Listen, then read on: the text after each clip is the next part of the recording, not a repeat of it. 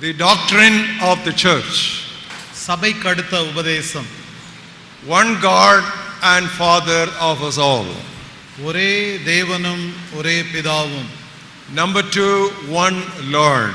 இரண்டாவதாக ஒரே கர்த்தர். We found out how it is necessary that we keep the humanity of Christ and the deity of Christ in proper balance and blend. நாம் பார்த்தோம் இயேசு கிறிஸ்துவின் மானிடத்துவத்தையும் தெய்வீகத்துவத்தையும் இணைத்து ஒரே நிலையில் வைத்து பார்க்க வேண்டியதன் அவசியம் என்ன என்பதை. And how the virgin birth of Jesus Christ is of vital significance and importance to have both these aspects of the person of Christ in proper perspective. இயேசு கிறிஸ்துவின் ஆழ்த்துவத்தில் இவ்விரண்டு நிலைகளையும் மானிடத்துவத்தையும் தெய்வீகத்துவத்தையும் இணைத்து பார்ப்பது நம்முடைய உபதேசத்திற்கு எவ்வளவு முக்கியமானது என்பதை கற்றோம். And I recommended to you a very classic on this subject titled The Jesus I Never Knew by Philip Yancey.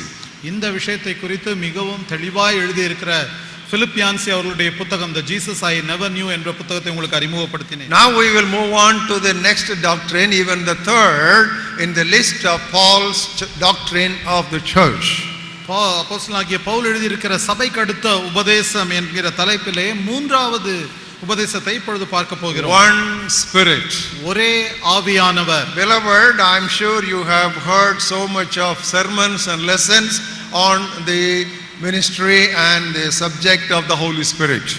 பரிசுத்த ஆவியானவருடைய ஊழியம் அவருடைய மற்ற காரியங்களை குறித்து அநேக பிரசங்கங்களையும் உபதேசங்களையும் நீங்கள் கேட்டிருக்க கூடும். But I thought it is necessary that I add a little bit to your knowledge that you have already acquired so that you escape the floods of false doctrine relating to the Holy Spirit.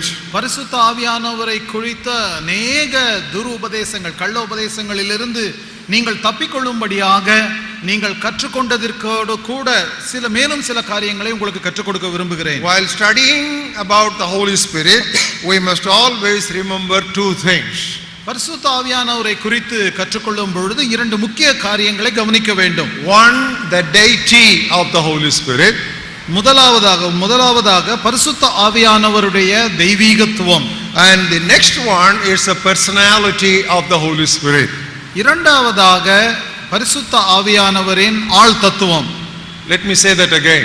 அதை மறுபடியும் உங்களுக்கு சொல்லட்டும். Whenever you refer to the Holy Spirit, you must remember two things. பரிசுத்த ஆவியானவரை குறித்து நினைவு கூறும் பொழுதெல்லாம் இந்த இரண்டு காரியங்களை மனதில் கொள்ள வேண்டும். One, the deity of the Holy Spirit. ஒன்று பரிசுத்த ஆவியானவரின் தெய்வீகத்துவம். The other one is the personality of the Holy Spirit. இரண்டாவது பரிசுத்த ஆவியானவரின் ஆள் தத்துவம். When we say the deity of the Holy Spirit, we say Holy Spirit is God. பரிசுத்த ஆவியானவருடைய தெய்வீகத்துவம் என்று சொன்னால் பரிசுத்த ஆவியானவர் தேவன் என்பது பொருள்படும். Now we can prove that from comparing a few passages from the Old Testament with the New Testament. இதை பழைய ஏற்பாட்டில் உள்ள சில வசனங்களை புதிய ஏற்பாட்டில் உள்ள வசனங்களோடு ஒப்பிட்டு பார்க்கையில் நமக்கு விளங்கும். There are simply too many, but I will pick up a few of them because the time is short. இதில் அநேக வசனங்கள் இருந்தாலும் நமக்கு நேரம் இல்லாதபடியினால் ஒரு குறிப்பிட்ட சில வசனங்களை மட்டும் பார்க்கவிருக்கிறோம். Jeremiah 31st chapter 33rd verse. எரேமியா 31:33வது வசனம். Here God speaks about the new covenant that he will make with the house of Israel. I'll put my law in their minds and write it on their hearts. I will be their God and they shall be my people.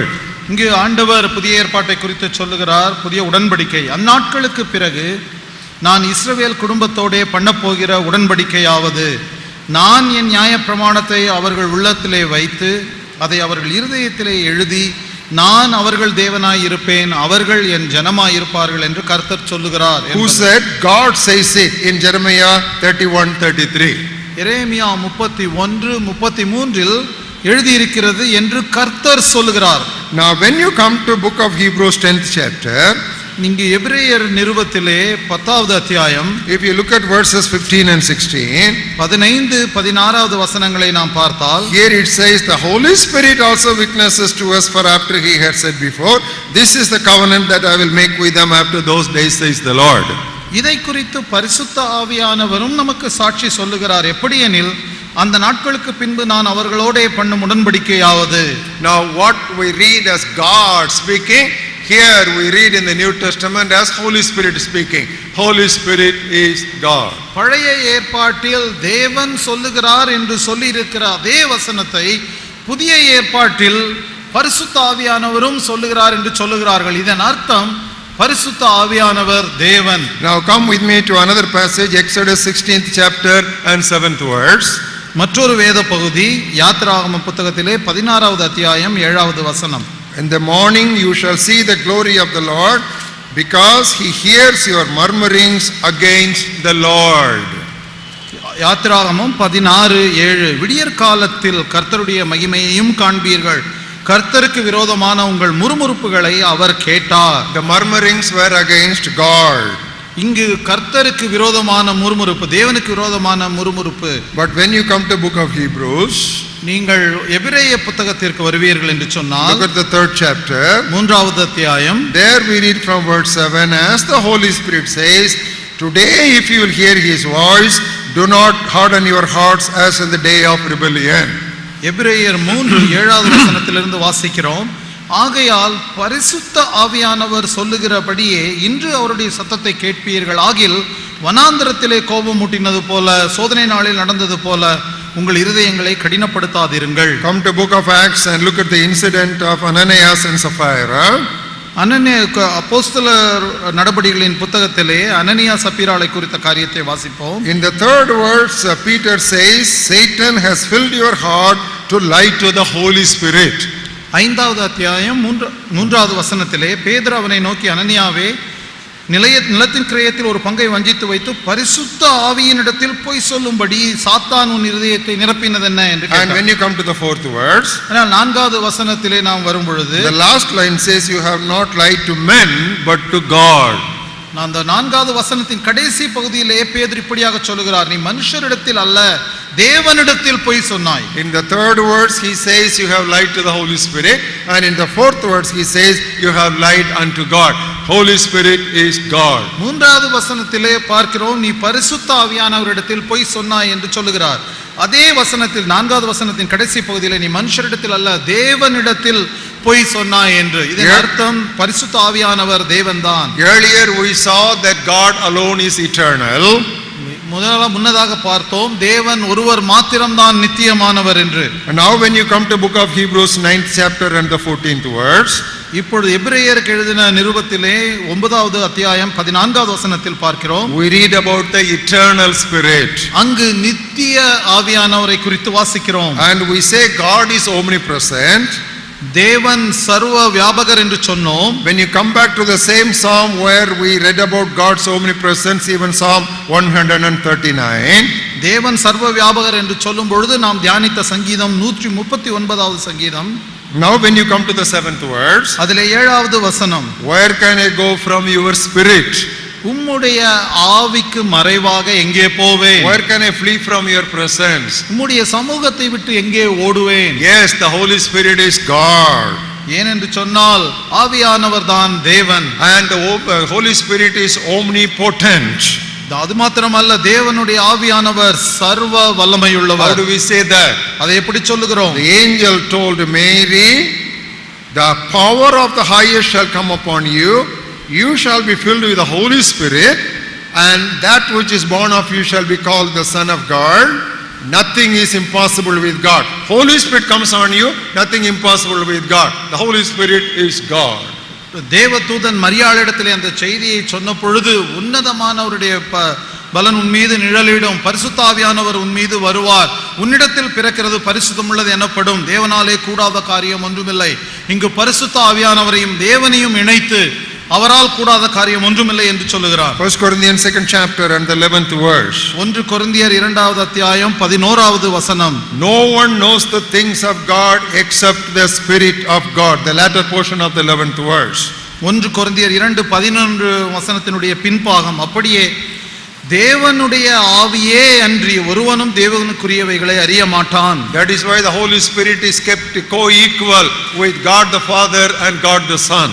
ஆகையினால்தான் பரிசுத்த ஆவியானவர் பிதாவாகிய தேவனோடும் குமாரனாகிய தேவனோடும் சமமானவராய் இருக்கிறார். That is why Jesus Christ said, you baptize disciples in the name of the Father and of the Son and of the Holy Spirit. இயேசு கிறிஸ்துவும் ஞானஸ்நானத்தை குறித்து சொல்லும் பொழுது பிதா, குமாரன், பரிசுத்த ஆவியானவருடைய நாமத்திலே ஞானஸ்நானம் கொடுங்கள் என்று சொன்னார். And when Apostle Paul closed the letter to the Corinthians, in his benediction he says, may the grace of our Lord Jesus Christ, the love of God and the fellowship of the Holy Spirit be with you all. அதே போல அப்போஸ்தலனாகிய Pavul Corinth சபைக்கு எழுதும் பொழுது அந்த கடைசி ஆசீர்வாதத்தை எழுதும்போது கர்த்தராகிய இயேசு கிறிஸ்துவின் கிருபையும் பிதாவாகிய தேவனுடைய அன்பும் பரிசுத்த ஆவியானவருடைய ஐக்கியமும் உங்களோடு கூட இருப்பதாக என்று சொன்னார். So the Holy Spirit is co-equal in the Trinitarian Godhead.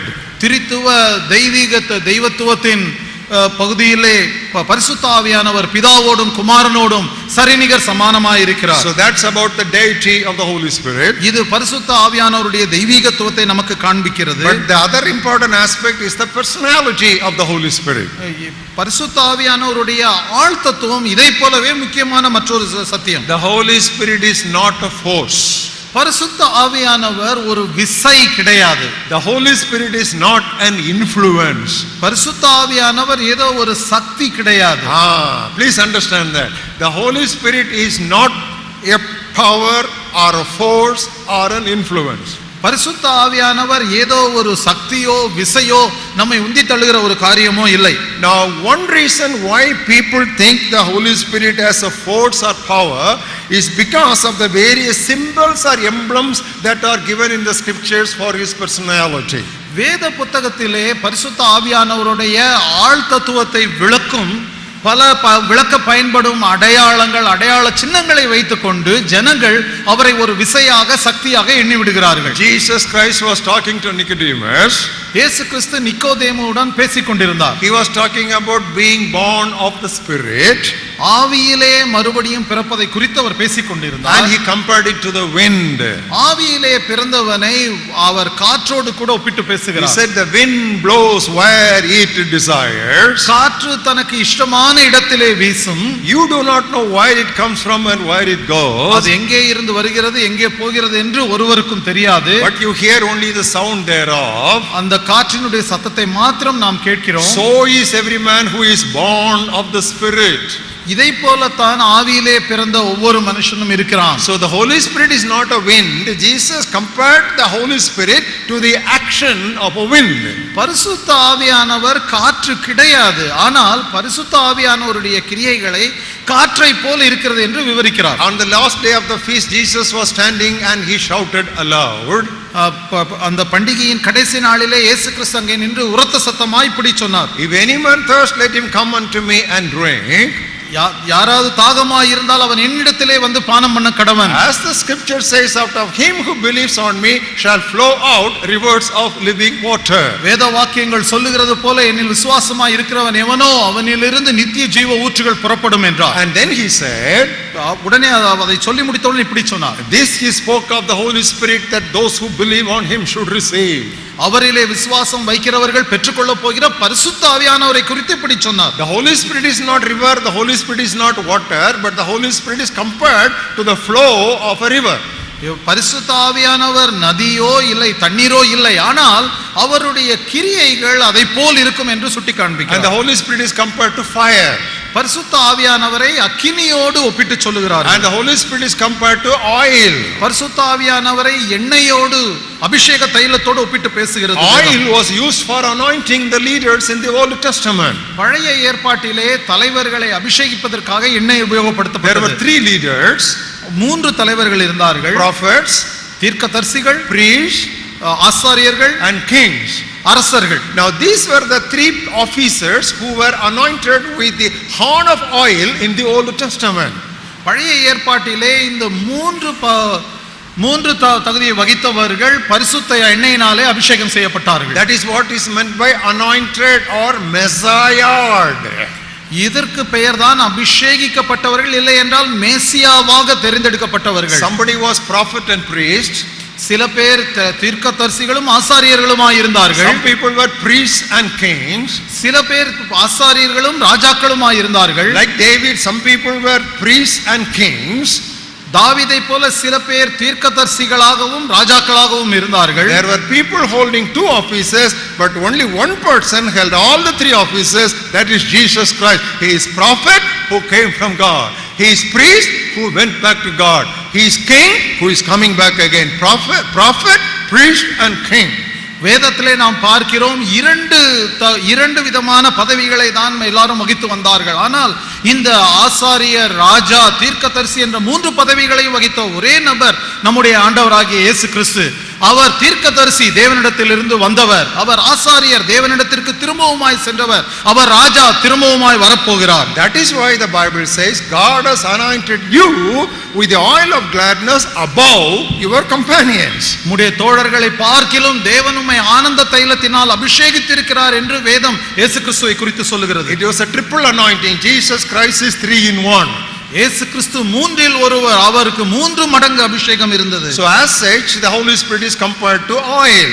ஆகையினால் தான் பரிசுத்த ஆவியானவரை பரிசுத்த எண்ணெயோடு கூட ஒப்பிட்டு பேசுகிறார். And the Holy Spirit is compared to dove. பரிசுத்த ஆவியானவரை புறாவோடு ஒப்பிட்டு பேசப்பட்டிருக்கிறது. And when Jesus came out of the waters of baptism, the Holy Spirit descended like a dove and alighted upon him. இயேசு கிறிஸ்து ஞானஸ்நானம் பெற்று கரையேறின உடனே பரிசுத்த ஆவியானவர் புறாவை போல அவர் மீது வந்து இறங்கினார். Because he is compared to wind and water and fire and oil and dove, people get stuck with only that symbolism. பரிசுத்த ஆவியானவரை காற்று, தண்ணீர், நெருப்பு, எண்ணெய் என்றெல்லாம் சொல்லி ஒப்பிட்டு பேசுவதனாலே அதில் உள்ள உருவகத்தை மாத்திரம் ஜனங்கள் பிடித்துக் கொள்கிறார்கள். And another reason why they think of him only as a force or an influence is that the Holy Spirit does not have a body like Jesus Christ. அவரை விசையாகவோ ஒரு சக்தியாகவோ மக்கள் எண்ணுவதற்கு மற்றொரு காரணம், இயேசு கிறிஸ்துவுக்கு இருந்தது போல பரிசுத்த ஆவியானவருக்கு ஒரு சரீரம் கிடையாது. Then how do we say that Jesus Christ is a person, Holy Spirit is a personality?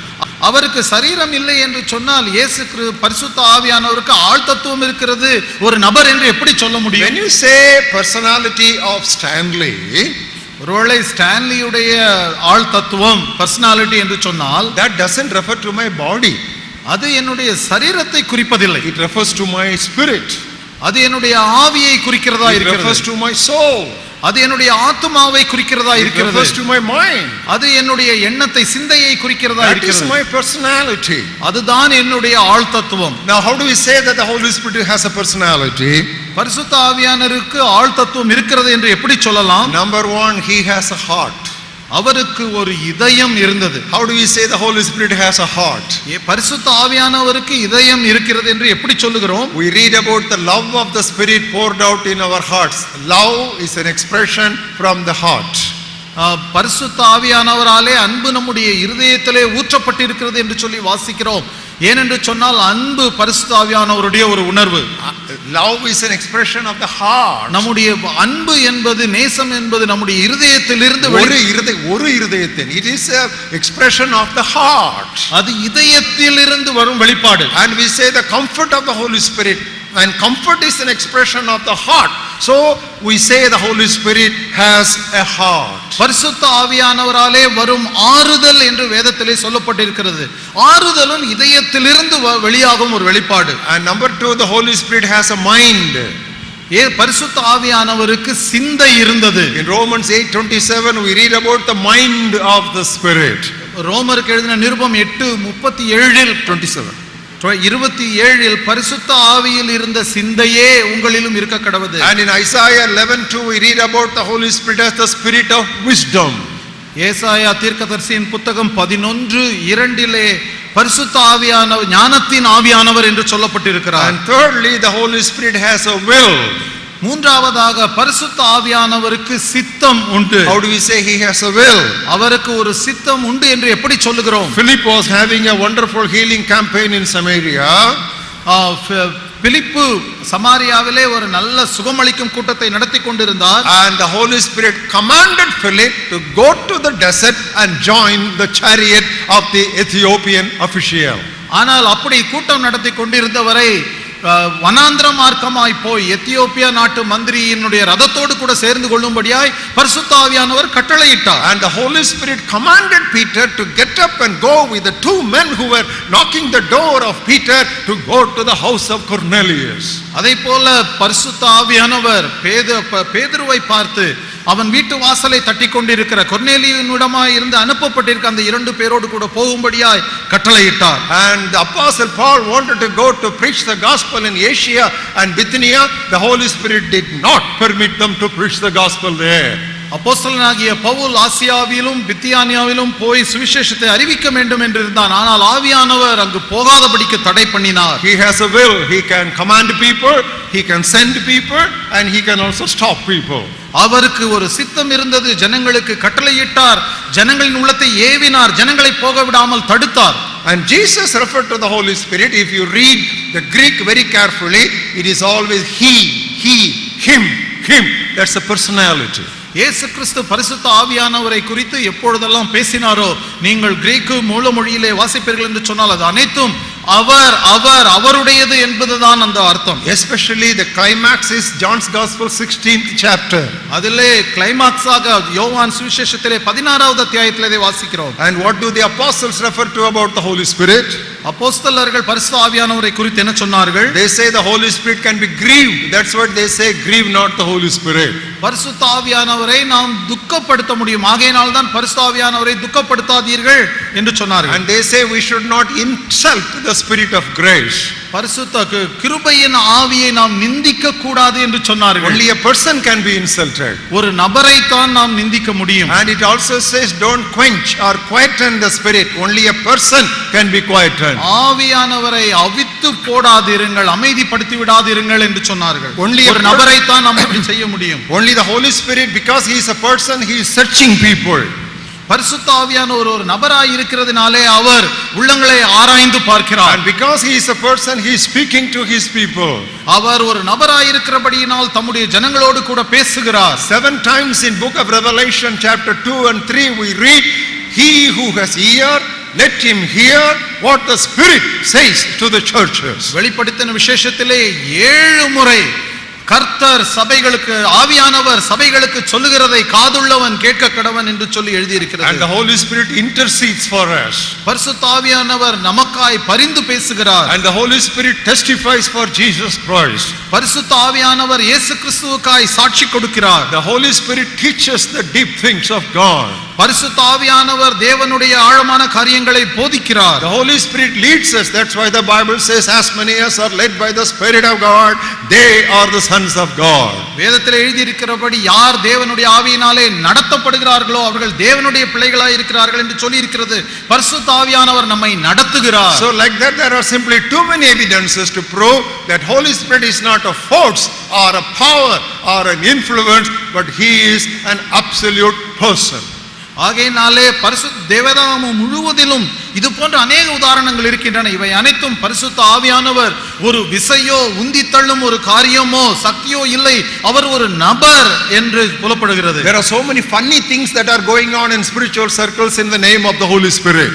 இன்றைக்கு ஆவிக்குரிய வட்டாரங்களிலே பரிசுத்த ஆவியானவரின் பெயரில் அநேக வேடிக்கையான காரியங்கள் நடக்கின்றன. You know why? ஏன் தெரியுமா? The personhood of the Holy Spirit in Trinity is forgotten. He is thought only about a force or an influence. பரிசுத்த ஆவியானவர் திரித்துவத்திலே ஒரு நபர் என்பது மறக்கப்பட்டு அவரை ஒரு பொருளாக, ஒரு சக்தியாக நினைப்பதுதான் இதனுடைய காரணம். So once you understand the Holy Spirit as a person, as God, you will be very dignified in your reference to the manifestation of the Holy Spirit. எப்பொழுது பரிசுத்த ஆவியானவரை ஒரு நபராக, தெய்வமாக நாம் நினைக்கிறோமோ அப்பொழுது அவருக்கு கொடுக்க வேண்டிய கனத்தையும் மகிமையையும் நாம் கொடுக்கிறோம். And when we talk about the Spirit, we should balance between two things.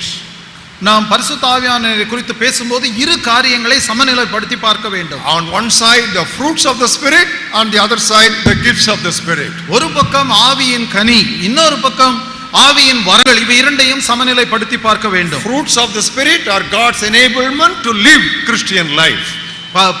ஆவியின் கனிகள் கிறிஸ்துவ வாழ்க்கை, நடைமுறை வாழ்க்கை வாழ்வதற்காக உதவுகிற காரியம். And the gifts of the Spirit are God's enablement for us to proclaim the Christian message. ஆவியின் வரங்கள் என்பது கிறிஸ்துவ செய்தியை, கிறிஸ்துவ சுவிசேஷ செய்தியை பறைசாற்ற நமக்கு கொடுக்கப்படுகிற வல்லமை. Fruits without gifts and gifts without fruits, both are dangerous. கனிகள் இல்லாமல் வரங்களோ, வரங்கள் இல்லாமல் கனிகளோ மிகவும் அபாயகரமான முடிவு. Now, having said it, let us quickly move on to what the cults believe about the Holy Spirit. இதை மனதில் வைத்துக்கொண்டு இந்த நூதன கொள்கையினர், கள்ள உபதேசக்காரர்கள் என்ன சொல்லுகிறார்கள் என்பதை பார்ப்போம். Take Jehovah Witnesses. உதாரணத்திற்கு யெகோவா சாட்சிகளை எடுத்துக்கொள்வோம். They bluntly say the Holy Spirit is not God. பரிசுத்த ஆவியானவர் தேவனே கிடையாது என்று அடித்து சொல்லுகிறார்கள். You know what they say? He is an invisible active force from Jehovah.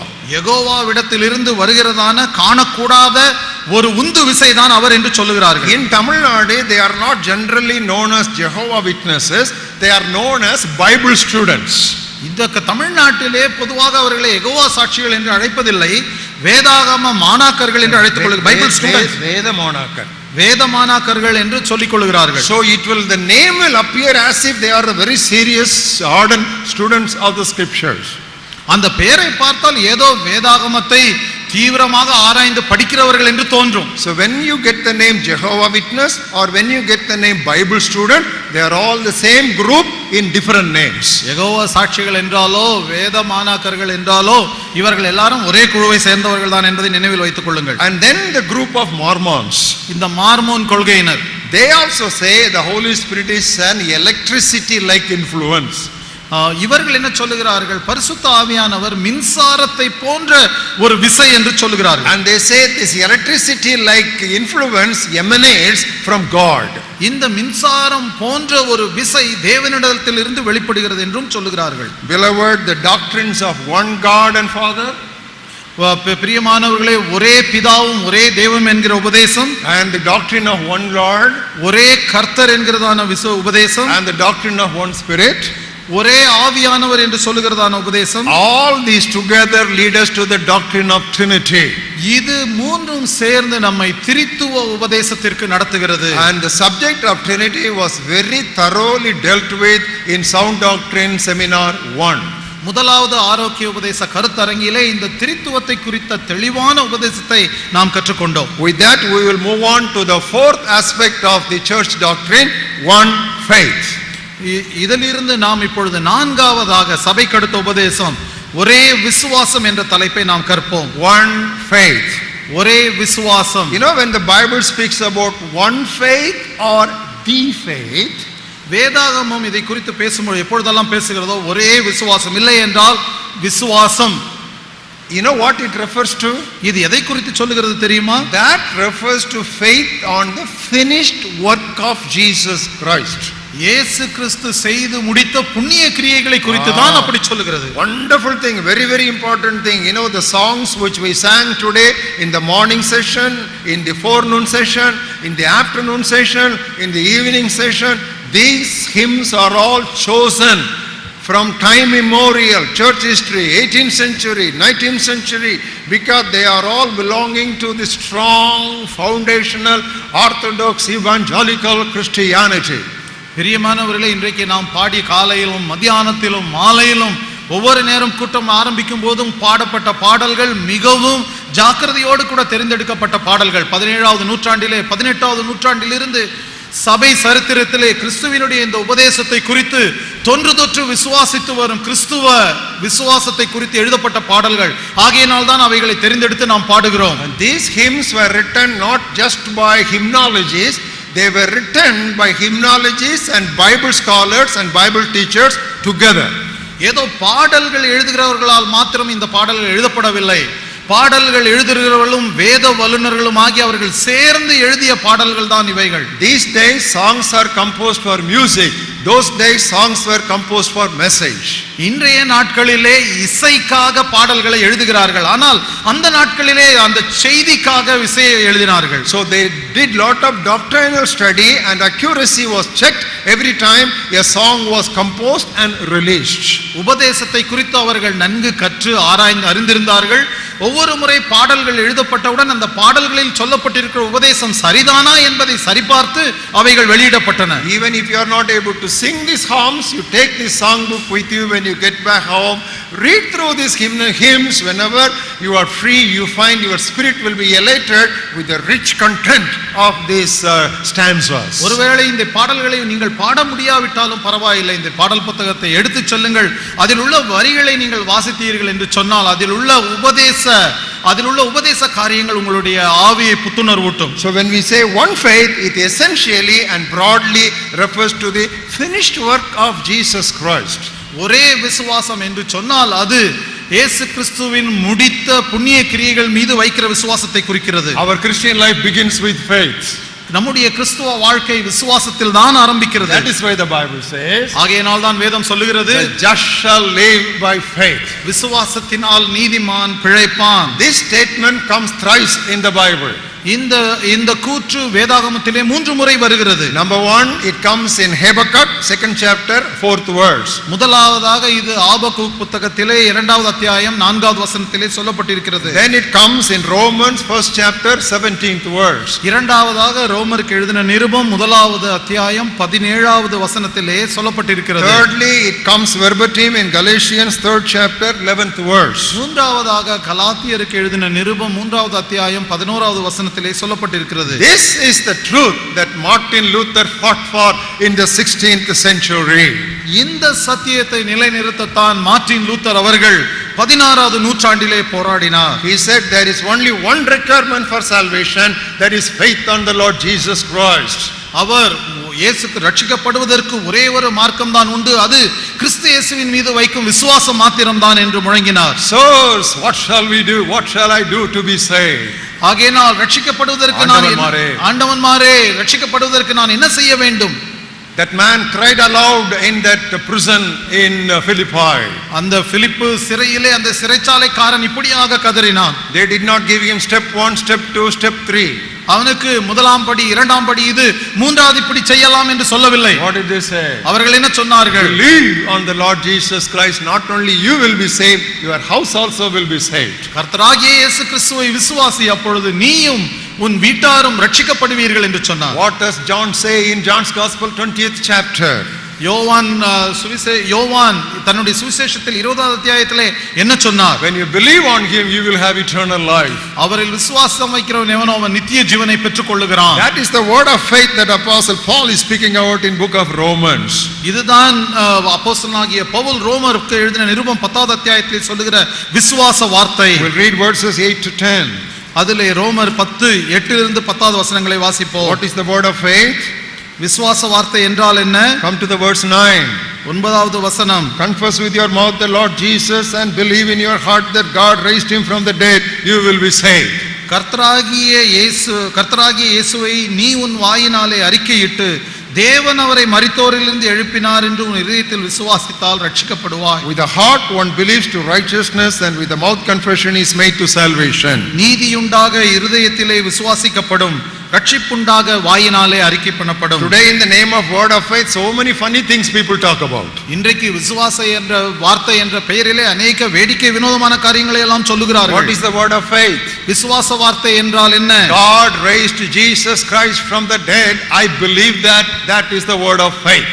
தேவன் கர்த்தராகிய இயேசுவை மரித்தோரிலிருந்து எழுப்பினார் என்ற அறிக்கையிட்டு அது இருதயத்திலே விசுவாசிப்பது. It is faith on the resurrection of Jesus. அது இயேசு கிறிஸ்துவினுடைய உயிர்த்தெழுதலின் மீது வைக்கிற விசுவாசம். That is why Apostle Paul writing to Corinthians he said, ஆகையினால் தான் அப்போஸ்தலனாகிய பவுல் கொரிந்தியருக்கு எழுதும்போது இப்படி சொன்னார், if Christ had not risen, your faith is in vain. இயேசு கிறிஸ்து மரித்தோரிலிருந்து எழுந்திருக்காவிட்டால் உங்கள் விசுவாசம் வீணாயிருக்குமே. When you find time, go through the entire book of Hebrews, especially the 11th chapter. நேரம் கிடைக்கும் பொழுது எபிரேயருக்கு எழுதின நிருபம் 11வது அத்தியாயம் முழுமையும் வாசித்து பாருங்கள். Various kinds of faith are explained there. அங்கு அநேக விதமான விசுவாசத்தை குறித்து சொல்லப்பட்டிருக்கிறது. Heroes of faith are there in the hall of fame. அங்கு புகழ்பெற்றவர்களின் பட்டியலில் இந்த விசுவாச வீரர்களை நாம் பார்க்கிறோம். Man who stands tall among the heroes of faith in that hall of fame of Hebrews 11 is patriarch Abraham. இந்த பிரபலமானவர்களுடைய பட்டியலிலே உயரமாய் நிற்கிற பெரிய விசுவாச வீரர் தகப்பனாகிய Abraham. He is mentioned more than once in one chapter. அந்த ஒரு அத்தியாயத்தில் மாத்திரமல்ல அநேக இடங்களிலே இவரை குறித்து சொல்லப்பட்டிருக்கிறது. And what is the point that the Bible refers to? அவரை குறித்து சொல்லுகையில் வேதம் என்ன சொல்லுகிறது? He believed God and it was accounted to him for righteousness. அவர் தேவனை விசுவாசித்தார், அது அவருக்கு நீதியாக எண்ணப்பட்டது. That's justification by faith. இதுதான் விசுவாசத்தினால் உண்டாகும் நீதி. So beloved, when you talk about faith, that which should stand tallest and highest as the peak of Christian experience is God raised Jesus Christ from the dead. I believe it. That is the faith. That is one faith. விசுவாசத்தினால் நீதிமான் பிழைப்பான் என்று சொல்லி நாம் அந்த விசுவாசத்தை குறித்து பார்க்கும் பொழுது எல்லாவற்றிற்கும் உச்சகட்டமாக உன்னதமாக உயர்ந்து நிற்பது தேவன் கிறிஸ்துவை உயிரோடு மரித்தோரிலிருந்து எழுப்பினார், நான் அதை விசுவாசிக்கிறேன் என்பதுதான். இதுதான் உண்மையான ஒரே விசுவாசம். This is not only something for us to confess with our mouth, this is something that we should contend for. இது நாம் அறிக்கை பண்ண வேண்டிய விசுவாசம் மாத்திரமல்ல, இது நாம் போராட வேண்டிய விசுவாசமும் கூட. That's why Apostle Jude, he calls the readers of his single chapter epistle, I call you to contend for the faith which was once and for all delivered to the saints. ஆகையால் தான் அப்போஸ்தலனாகிய யூதா அந்த சபையினருக்கு எழுதும்போது, கிறிஸ்தவர்களுக்கு எழுதும்போது, விசுவாசிகளுக்கு ஒரே விசம் ஒப்பு கொடுக்கப்பட்ட விசுவாசத்திற்காக நீங்கள் போராட வேண்டும் என்று எழுதி உணர்த்தும்படியாக கண்டேன் என்று சொல்கிறார். That's why coming to the end of his life, Apostle Paul said, I have fought a good fight, I have kept my faith. ஆகையினால் தான் தன் வாழ்க்கையின் முடிவுக்கு வந்த அப்போஸ்தலனாகிய பவுல் எழுதும்போது, நான் நல்ல போராட்டத்தை போராடினேன், விசுவாசத்தை காத்துக்கொண்டேன் என்று சொல்லுகிறார். Anybody who was trying to add something else to faith, Apostle Paul came like a roaring lion against it. ஒருவேளை யாராவது இந்த விசுவாசத்தோடு கூட மற்ற எந்த ஒரு காரியத்தை சிறு காரியத்தையும் சேர்க்க வேண்டும் என்று விரும்பினாலும் அப்போஸ்தலனாகிய பவுல் சிங்கம் போல அவர்களுக்கு விரோதமாக எழுந்து வந்தான். Some brothers from Judea came by the back door into the church and they were subtly influencing believers to go for circumcision. யூதேயாவிலிருந்து வந்த பக்க வாசல் வழியாய் நுழைந்த சில கள்ள சகோதரர்கள் நீங்கள் திரும்பவுமாய் விருத்த சேதனத்திற்கு போகும்படியாய் உங்களை வற்புறுத்தினார்கள். Paul and Barnabas did not have any small dissension among them. They became vehement against it. பவுலும் பர்னபாவும் அவர்களோடு கூட எந்த ஐக்கியமும் வைத்துக் கொள்ளவில்லை, ஆனால் அவர்களுக்கு விரோதமாக நின்றார்கள். Even today there are people who try to add works to faith for salvation. இன்றைக்கும் கூட அநேக ரட்சிப்புக்காக விசுவாசத்தோடு கூட சில கிரியைகளையும் சேர்ந்து செய்ய வேண்டும் என்று சொல்லுகிறார்கள். Take for example baptism. உதாரணத்திற்கு ஞானஸ்நானத்தை எடுத்துக்கொள்ளுங்கள். Who can be baptized? யார் ஞானஸ்நானம் பெற முடியும்? Here is water. What prevents me to be baptized? இங்கு தண்ணீர் இருக்கிறதே, ஞானஸ்நானம் பெறுவதற்கு தடை என்ன? And what did the first century evangelist answer? முதலாவது நூற்றாண்டு சுவிசேஷகனுடைய பதில் என்ன? If you believe with all your heart, that's it, you can be baptized. நீ உன் முழு இதயத்தோடு கூட விசுவாசித்தால் தடை இல்லை, அவ்வளவுதான், ஞானஸ்நானம் கொடுத்து விடலாம். Beloved brothers, today they talk about removing of jewels as a condition for baptism, doing this and that as a condition for baptism. That is a false gospel. இன்றைக்கு ஞானஸ்நானம் பெறுவதற்கு நீ நகைகளை கழற்று, அதை செய், இதை செய், அப்படி செய், இப்படி செய் என்னெல்லாம் சொல்லி எத்தனையோ நிபந்தனைகளை போடுகிறார்கள். இது சரியான உபதேசம் அல்ல. Now all those things you can teach afterwards if you think that is necessary for your church.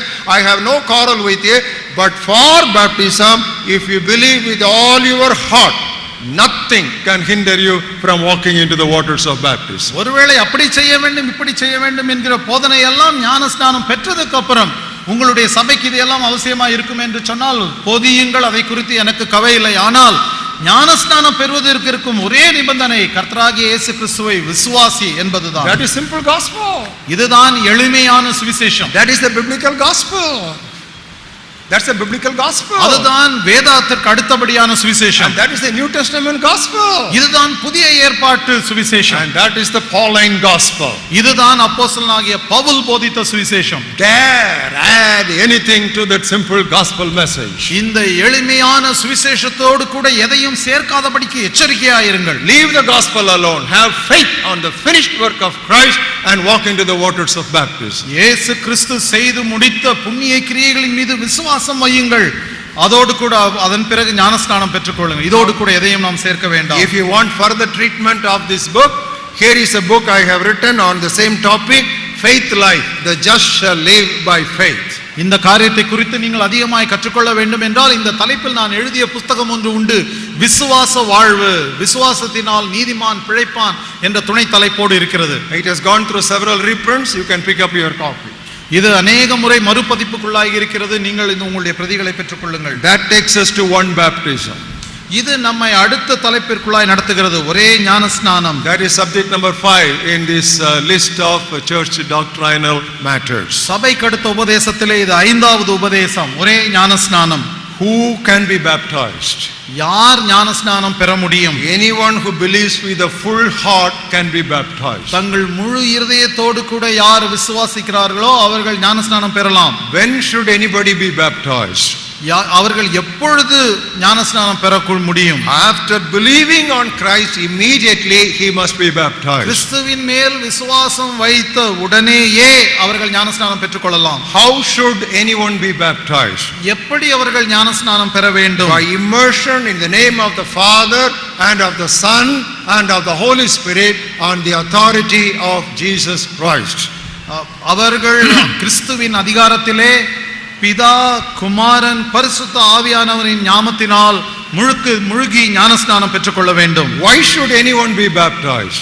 ஏன் ஒருவர் ஞானஸ்நானம் பெற வேண்டும்? In obedience to Christ's commandment. கிறிஸ்து இயேசுவின் கட்டளைக்கு கீழ்ப்படியும்படியாக. To identify with the death and the burial and the resurrection of Christ. கிறிஸ்துவின் மரணம், அடக்கம், அவருடைய உயிர்த்தெழுதலோடு கூட தன்னை அடையாளப்படுத்திக் கொள்ளும்பதற்காக ஞானஸ்நானம் பெற்றுக்கொள்ள வேண்டும். This subject I have dealt in detail in summer study program 78. 78வது ஆண்டில் நடத்தப்பட்ட வேநீர்கால வேத பாட திட்டத்தில் இந்த காரியத்தை குறித்து தெளிவாக சொல்லி இருக்கிறேன். That may takes us to the 6th subject in this list of doctrinal study of the church, one body. இது நம்மை அடுத்த தலைப்பிற்கு நேராக நடத்துகிறது. சபைக்கு அடுத்த உபதேசம் 6, ஒரே சரீரம். Instead of saying one church, Paul uses the word one body. ஒரே சபை, திருச்சபை என்று சொல்லாமல் அப்போஸ்தலனாகிய பவுல் ஒரே சரீரம் என்று சொல்கிறார். Yes, many churches but one body. அநேக சபைகள் இருக்கலாம், ஆனால் ஒரே சரீரம் தான். We are not talking about many churches, we are talking about one body. ஆகையினால் நாம் அநேக சபைகளை குறித்து பேசவில்லை, ஒரே சரீரத்தை குறித்து பேசுகிறோம். Leonard Ravenhill has given a definition for the church. Leonard Ravenhill அவர்கள் சபையை குறித்த ஒரு வரையறையை சொல்லி இருக்கிறார். No sinner inside. சபைக்கு உள்ளே பாவிகள் ஒருவரும் இல்லை. And no saint outside. சபைக்கு வெளியே பரிசுத்தவான்களும் ஒருவரும் இல்லை. Oh, that's a wonderful definition. இது ஒரு அருமையான வியாக்கியானம். Inside the church no sinner, outside the church no saint. சபைக்குள்ளே பாவிகள் யாரும் கிடையாது, சபைக்கு வெளியே பரிசுத்தவான்களும் யாரும் கிடையாது. There are two aspects of the church we should constantly have in mind. சபையை குறித்து நாம் கற்றுக்கொள்ளும் பொழுது 2 விதமான காரியங்களை நினைவில் வைத்துக் கொள்ள வேண்டும். One is the invisible church. முதலாவதாக காணக்கூடாத திருச்சபை. And the other one is the visible church. அடுத்தது நாம் காண்கிறதான திருச்சபை. Once again, திரும்பவும் சொல்லுகிறேன். one is an invisible church, ஒன்று காணக்கூடாத திருச்சபை, and the other one is the visible church. இரண்டாவது காண்கிற சபை திருச்சபை. What is the invisible church? இந்த காணக்கூடாத திருச்சபை என்றால் என்ன? This is the church which God sees as it is. இது தேவன் மாத்திரமே காண்கிறதான திருச்சபை. It is a church which God as God sees it. இது தேவன் மாத்திரம் காண்கிறதான திருச்சபை. Now that's what we have in 2 Timothy 2nd chapter and 19th verse. இதைத்தான் நாம் 2 தீமோத்தேயுக்கு எழுதின 2ஆம் கடித நிருபத்திலே 2வது அத்தியாயம் 19வது வசனத்திலே வாசிக்கிறோம். The solid foundation of God stands. What is that solid foundation? It has a seal. The Lord knows those who are his. தேவனுடைய உறுதியான அஸ்திபாரம் நிலைத்திருக்கிறது. இது என்ன உறுதியான அஸ்திபாரம்?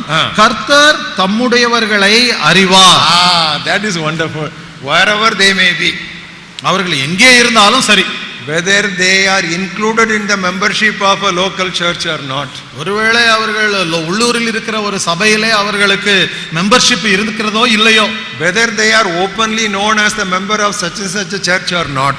ஒருவேளை அவர்கள் இந்த திருச்சபையின் அங்கத்தினர்கள் என்று மற்றவர்களுக்கு தெரியுமோ தெரியாதோ, the foundation of God is God knows who are his. தேவனுடைய உறுதியான அஸ்திபாரம் என்னவென்றால் அவர் கர்த்தர் தம்முடையவர்களை அறிவார். That's all. God knows who are born again. கர்த்தருக்கு தெரியும், அவ்வளவுதான். யார் மறுபடியும் பிறந்திருக்கிறார்கள் என்பது அவர் ஒருவருக்கு மாத்திரம் தெரியும். And God knows who are all his children. தன்னுடைய பிள்ளைகள் யார் என்று சொல்லி அவருக்கு நன்றாகவே தெரியும். We don't know it, but God knows it. நமக்கு அது தெரியாது, ஆனால் தேவனுக்கு தெரியும். We know it only after they go through certain formalities. இது அவர்கள் சில காரியங்களின் வழியாய் கடந்து சென்ற பிறகுதான் நமக்கு தெரியும். But as far as God is concerned, the moment they are born again, God knows who are his. ஆனால் அவர்கள் எப்பொழுது மறுபடியும் பிறக்கிறார்களோ அப்பொழுதே தேவன் தன்னுடையவர்கள் யார் என்பதை அறிவார். This is called the solid foundation of God. இது தேவனுடைய உறுதியான அஸ்திவாரம். Beloved, I believe in standing on the foundation of God's word. I don't want to go here and there because that is solid, sound, safe, secure. பிரியமானவர்களே, நான் தேவனுடைய உறுதியான அஸ்திபாரத்தின் மீது நின்று கொண்டிருக்கிறேன். அவர்கள் என்ன சொல்லுகிறார்கள், இவர்கள் என்ன சொல்லுகிறார்கள் என்று மற்றவர்கள் சொல்வதன் மீது நான் நிற்க விரும்பவில்லை. இதுதான் தேவனுடைய உறுதியான மிகவும் பாதுகாப்பான ஒரு அடித்தளம். So the invisible church is composed of those who are God's according to God's knowledge. ஆகையால் காணக்கூடாத திருச்சபை என்பது தேவனால் தெரிந்து கொள்ளப்பட்ட தேவனுடையவர்களால் ஆன திருச்சபை. Now that's the invisible church. அதுதான் காணக்கூடாத திருச்சபை. We'll come to the visible church next. இப்பொழுது காணக்கூடிய திருச்சபைக்கு வருவோம். This is the church as Christians see it. இதை கிறிஸ்தவர்கள் பார்க்கிறதான ஒரு சபை. The universal church, invisible church, we call it invisible because God only knows that. தேவன் ஒருவன் மாத்திரமே அறிந்திருக்கிறபடியினால் அதை காணக்கூடாத சபை என்றும் உலகளாவிய சபை என்றும் சொல்லுகிறோம். But when we say visible church, that is the church as Christians see it. ஆனால் காணக்கூடிய சபை என்று சொன்னால் கிறிஸ்தவர்களாகிய நாம் பார்க்கிறதான சபை. For example, the church at Corinth. உதாரணத்திற்கு சொல்ல வேண்டும் என்றால் கொரிந்துவிலே இருக்கிறதான சபை. The church that gathers in your home. உங்களுடைய வீட்டிலே கூடுகிறதான திருச்சபை. You know, all these things are there in the New Testament. இவை அனைத்தும் புதிய ஏற்பாட்டிலே எழுதப்பட்டிருக்கிறது. The invisible church can be called as the universal church. இந்த காணக்கூடாத சபையை நாம் உலகளாவிய சபை திருச்சபை என்று சொல்லுகிறோம். That is what we have in Ephesians. Christ loved the church and gave himself for it. இதைத்தான் நாம் எபேசியருக்கு எழுதின நிருபத்திலே கடிதத்திலே பவுல் இப்படியாக சொல்லுகிறார். கிறிஸ்து இயேசு சபையில் அன்பு கூர்ந்து தம்மை தாமே அதற்காக கொடுத்தார். What is the local church? Visible church is the local church. ஆனால் நாம் காணக்கூடிய திருச்சபை என்பது நம்முடைய உள்ளூர் சபை. The house church in Rome. ரோமாபுரியிலே கூடுகிறதான வீட்டு சபை. And a church in the city of Thessalonica. தெசலோனிக்கா பட்டணத்திலே கூடி வருகிறதான திருச்சபை. Now we have two distinctions. இப்பொழுது நமக்கு ரெண்டு விதமான பிரிவுகள் உண்டு. You know what we say normally? நாம் என்ன சாதாரணமாக என்ன சொல்லுவோம் சபையை குறித்து? Spiritual church, traditional church. ஆவிக்குரிய சபை, பாரம்பரிய சபை, சடங்கார சபை, சஸ்கார சபை என்று சொல்லுவோம். I tell you, this division is absolutely wrong. இப்படிப்பட்ட பிரிவினை முற்றிலும் தவறானது. There is no such thing as spiritual church versus traditional church. ஆவிக்குரிய சபை மற்றும் சடங்காச்சார சபை என்று சொல்லி எந்த ஒரு பிரிவும் கிடையாது. On the other hand, Apostle Paul speaks about two different groups. ஆனால் மற்றொரு விதத்திலே அப்போஸ்தலனாகிய பவுல் இரண்டு விதமான ஜனங்களை குறித்து பேசுகிறார். One is spiritual people, ஒன்று ஆவிக்குரிய ஜனங்கள், the other one is carnal people. மற்றவர்கள் மாம்சத்திற்குரியவர்கள். That's all. அவ்வளவுதான். The only two groups that the Bible sanctions that we can call is, one is a spiritual group and the other is a carnal group. வேதாகமம் சொல்லுகிறதான இரண்டு பிரிவை சேர்ந்த சபையினர் யார் என்று சொன்னால் ஆவிக்குரியவர்கள் மற்றும் மாம்சத்திற்குரியவர்கள் என்பதுதான். That's what we have in 1 Corinthians 3rd chapter. இதைத்தான் நாம் 1 கொரிந்தியர் 3வது அத்தியாயத்திலே வாசிக்கிறோம். We'll read from verse 1, 2 and 3.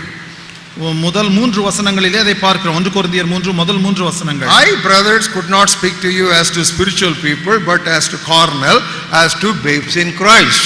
மேலும் சகோதரரே, நான் உங்களை ஆவிக்குரியவர்கள் என்று எண்ணி உங்களோடு கூட பேசக்கூடாமல் மாம்சத்திற்குரியவர்கள் என்றும் கிறிஸ்துவுக்குள் குழந்தைகள் என்றும் எண்ணி பேச வேண்டியதாயிற்று. Why does he call them carnal?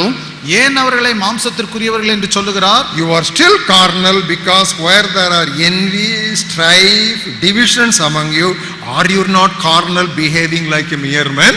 பொறாமையும் வாக்குவாதமும் பேதங்களும் உங்களுக்குள் இருக்கிறபடியால் நீங்கள் மாம்சத்திற்குரியவர்களாய் இருந்து மனுஷ மார்க்கமாய் நடக்கவில்லையா? So what is a spiritual church? ஆவிக்குரிய சபை என்றால் என்ன?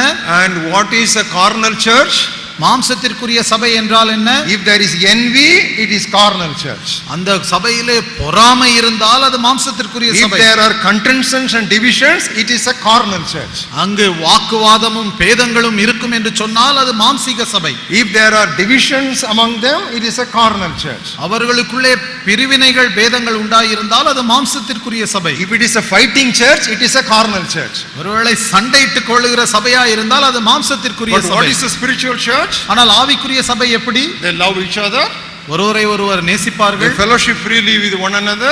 அவர்கள் ஒருவரோடு ஒருவர் ஐக்கியம் கொள்வார்கள். They edify one another.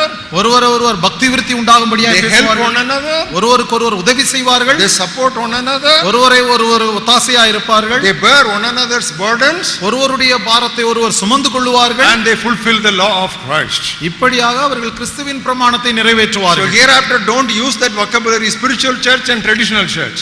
ஆகையினாலே ஆவிக்குரிய சபை சடங்காச்சார சபை என்கிறதான வார்த்தைகளை இனிமேல் உபயோகிக்காதிருங்கள். You use this word spiritual people and carnal people. ஆவிக்குரியவர்கள் என்றும் மாம்சத்திற்குரியவர்கள் என்றும் சொல்லுங்கள். Those who are fighting, carnal. Those who are living in good fellowship, spiritual.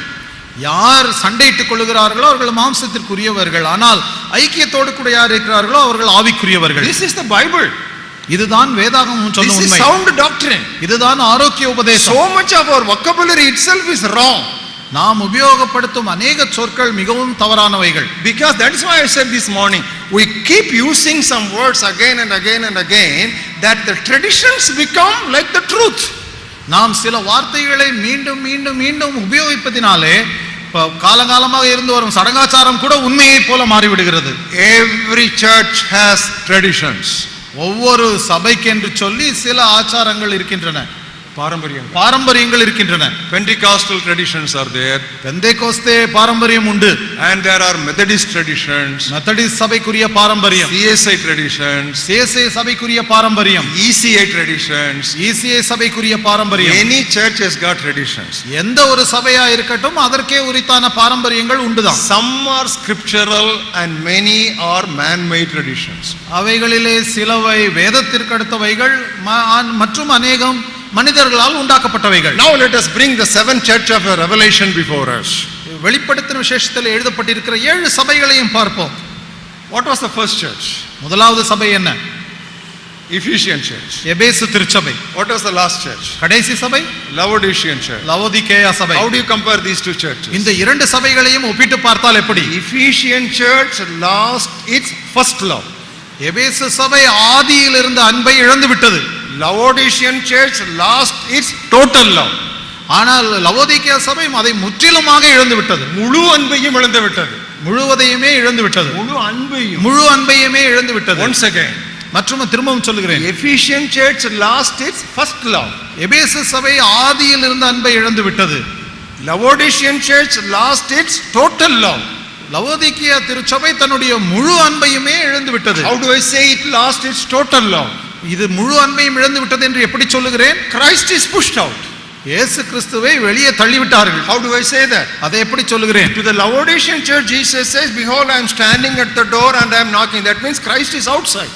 இயேசு கிறிஸ்து அதிலே சொல்லுகிறார், இதோ நான் வாசற்படியிலே நின்று கதவை தட்டுகிறேன் என்று. ஏனென்றால் அவர் வெளியே இருக்கிறார். So whether you are a church which has lost the first love, ஒருவேளை நீங்கள் ஆதியில் இருந்த அன்பை இழந்துவிட்ட சபையாய் இருக்கலாம், or you are a church which has lost its full love, ஒருவேளை தம்முடைய அன்பை முழுமையாய் இருந்து இழந்துவிட்ட திருச்சபையாய் இருக்கலாம். Jesus says, I love you.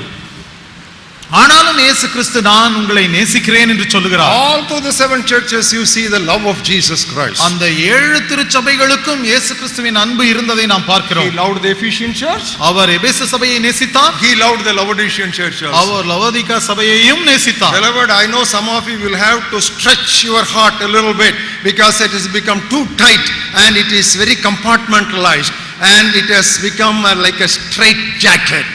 பிரியமானவர்களே, நாம் நம்முடைய இருதயத்தை சபைகளை நேசிக்கும்படியாய் விரிவாக்கிக் கொள்ள வேண்டும். ஏனென்று சொன்னால் நாம் கடினப்படுத்தி இருதயம் மிகவும் குறுகலாகி விட்டது. Christ loved all the churches. கிறிஸ்து இயேசு சபைகள் அனைத்தையும் நேசித்தார். How do we say that? இதை எப்படி சொல்லுகிறோம்? If I don't love a church, I don't need to write to that church. நான் ஒரு சபையை நேசிக்காவிட்டால் அந்த சபைக்காக ஒரு கடிதம் எழுத வேண்டிய அவசியம் I இல்லையே. can simply say, go to hell with you. நாசமா எப்படியாவது தொலைந்து போ என்று சொல்லி இருக்கலாமே. That's not what Jesus said. ஆனால் இயேசு கிறிஸ்து அப்படி செய்யவில்லை. He greeted the church.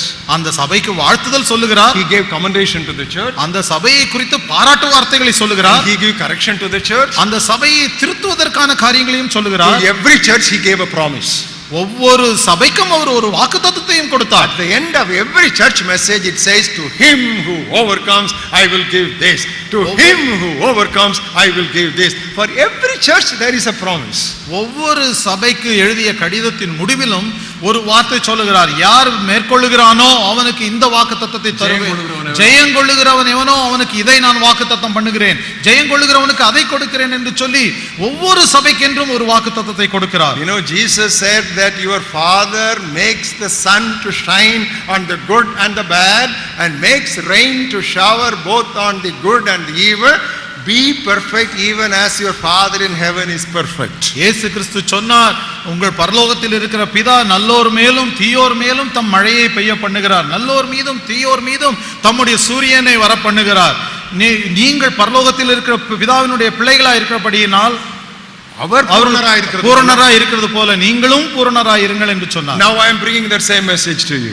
அதே உண்மையை நான் உங்களுக்கும் சொல்லுகிறேன். Jesus Christ loves the Ephesian church and Laodicean church. கிறிஸ்து இயேசு எபேசு சபையையும் நேசித்தார், லவோதிகா சபையையும் நேசித்தார். Because Christ loves the church so much and his heart is so much open, let us be as perfect and loving as the Lord Jesus Christ. ஆண்டவராகிய இயேசு கிறிஸ்துவினுடைய இருதயம் திறந்ததாய் இருந்தது, நேசிக்கிறதா இருந்தது.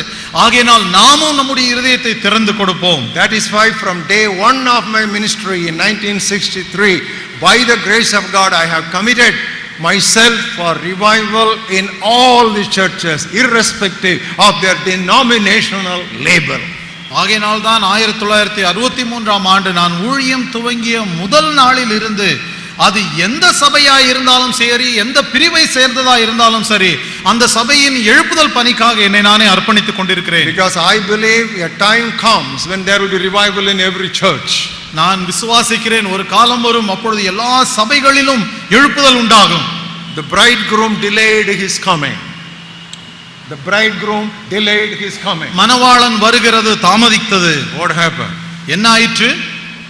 5 virgins slept or 10 virgins slept? 5 பேர் தூங்கினார்களா 10 பேரும் தூங்கினார்களா? How many of you say 5 people slept? No, all the 10 slept. 10 பேருமே தூங்கிட்டார்கள். See, we should study the Bible carefully. நாம் வேதாகமத்தை மிகவும் கூர்மையாக ஆராய்ந்து படிக்க வேண்டும். All the 10 virgins slept. 10 கன்னிகைகளுமே தூங்கிவிட்டார்கள். Then came a call. அப்பொழுது ஒரு அழைப்பு வந்தது. What was the call? என்ன அழைப்பு? Behold, the bridegroom is coming. மணவாளன் வந்து விட்டார். And immediately everybody got up and put up their glasses and they started trimming their wicks. அவர்கள் எல்லாரும் எல்லா 10 கன்னிகைகளுமே எழுந்தார்கள், கண்ணாடியை மாட்டிக்கொண்டு அந்த திரிகளை எல்லாம் சுத்தப்படுத்தினார்கள். 5 of them had oil, 5 of them did not have oil. 5 பேரிடத்துல எண்ணெய் இருந்தது, 5 பேரிடத்துல எண்ணெய் பற்றவில்லை. All of them slept. ஆனால் 10 பேருமே தூங்கி விட்டார்கள். In one sense, all the churches are sleeping. ஒரு வரையத்தில் சொன்னார் எல்லா சபைகளுமே தூங்கி விட்டன. Why 7 churches? 10 churches are sleeping. 7 சபைகள் என்ன, 10 சபைகளும் தூங்கி விட்டன. But there comes a message. இதோ ஒரு செய்தி வருகிறது. The bridegroom is coming. மணவாளன் வருகிறார். And everybody has a time of trimming the wicks. The trimming the wicks is a picture of revival. திரியை தூண்டி விடுவதற்கு எல்லா சபைகளுக்குமே நேரம் கிடைக்கிறது. இந்த திரியை தூண்டி விடுவதுதான் எழுப்புதல் ஊழியத்தின் ஒரு அடையாளம், எழுப்புதலின் அடையாளம். So I honestly believe in that there is going to be a spiritual awakening under heaven, on the face of the earth, in all sections of Christendom. நான் விசுவாசிப்பது இதுதான், வானத்தின் கீழே பூமியின் மேல் இருக்கிற அனைத்து சபைகளிலும் எழுப்புதல் உண்டாகிற ஒரு காலம் வரப்போகிறது. You know, there are various analogies that are given to church in the New Testament. புதிய ஏற்பாட்டிலே சபையை குறித்ததான அநேக உருவகங்கள் சொல்லப்பட்டிருக்கின்றன. It's a family. இது ஒரு குடும்பம். What does it mean? அதன் அர்த்தம் என்ன? We should live in loving fellowship with one another. நாம் ஒருவரோடு ஒருவர் கொண்டிருக்கிற அன்பின் ஐக்கியத்திலே வளர வேண்டும். Number 2, it is a bride. இது மணவாட்டி. That means we should live in purity for Jesus Christ. நாம் இயேசு கிறிஸ்துவுக்காக தூய்மையோடு பரிசுத்தத்தோடு காத்திருக்க வேண்டும். It is called the house of God, or it is called the temple of God. இது தேவனுடைய வீடு, தேவனுடைய ஆலயம் என்று அழைக்கப்படுகிறது. That means we should live in reverence for God's presence. நாம் தேவனுக்கென்று சொல்லி பயபக்தியோடு கூட வாழ வேண்டும். And it is called a body. இது தேவனுடைய சரீரம் என்று அழைக்கப்படுகிறது. That means we should live interdependently, helping one another for common good. நாம் ஒருவர் மீது ஒருவர் சார்ந்து கொண்டு ஒருவருக்கொருவர் உதவி செய்து ஒருவருக்கொருவர் பக்தி விருத்திக்காக வாழ வேண்டும். I'm going to make some observations which are equally important. நான் சில முக்கியமான காரியங்களை குறித்த கருத்துக்களை சொல்ல போகிறேன். We need interdependence to be restored to all our churches. நாம் சபைகளிலே ஒருவர் மீது ஒருவர் சார்ந்து கொண்டிருப்பது மீண்டுமாய் புதுப்பிக்கப்பட வேண்டும் என்று விரும்ப வேண்டும். I will explain why. ஏன் என்று சொல்லி உங்களுக்கு சொல்லுகிறேன். No single church has all the gifts of the Spirit. எந்த ஒரு தனிப்பட்ட திருச்சபையுமே பரிசுத்த ஆவியானவருடைய எல்லா வரங்களையும் பெற்றிருக்கவில்லை. Please understand that. இதை புரிந்து கொள்ளுங்கள். No single church in any locality has got all the gifts of the Spirit. எந்த பகுதியில் இருக்கும் எந்த ஒரு தனிப்பட்ட திருச்சபை மாத்திரமே பரிசுத்த ஆவியானவருடைய எல்லா வரங்களையும் பெற்றிருப்பதில்லை. So we need each other. ஆகையினால் தான் நமக்கு ஒருவர் மற்றொருவர் உதவி ஒத்தாசை தேவை. Number 2, இரண்டாவதாக there are 5 ministries in the church.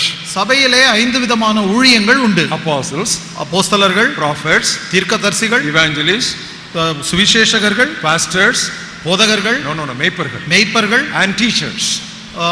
போதகர்கள். So there are 5 ministers in the church. சபையிலே இது போன்ற 5 விதமான ஊழியங்கள் உண்டு. No single church has got all the 5 ministers. எந்த ஒரு திருச்சபையிலும் இந்த 5 விதமான ஊழியம் செய்கிற ஊழியர்கள் இருப்பதில்லை. So we should all work together. ஆகையினால் தான் நாம் அனைவரும் ஒன்று சேர்ந்து உழைக்க வேண்டும். Another observation. மற்றொரு காரியம். No single church has got all the revelation from the Bible. வேதத்தில் இருந்து அனைத்து வெளிப்பாட்டுகளையும் பெற்ற சபை ஒரு தனி சபை எதுவும் இல்லை. So we must learn from each other. ஆகையால் தான் நாம் ஒருவரிடத்திலிருந்து மற்றொருவர் கற்றுக்கொள்ள வேண்டும்.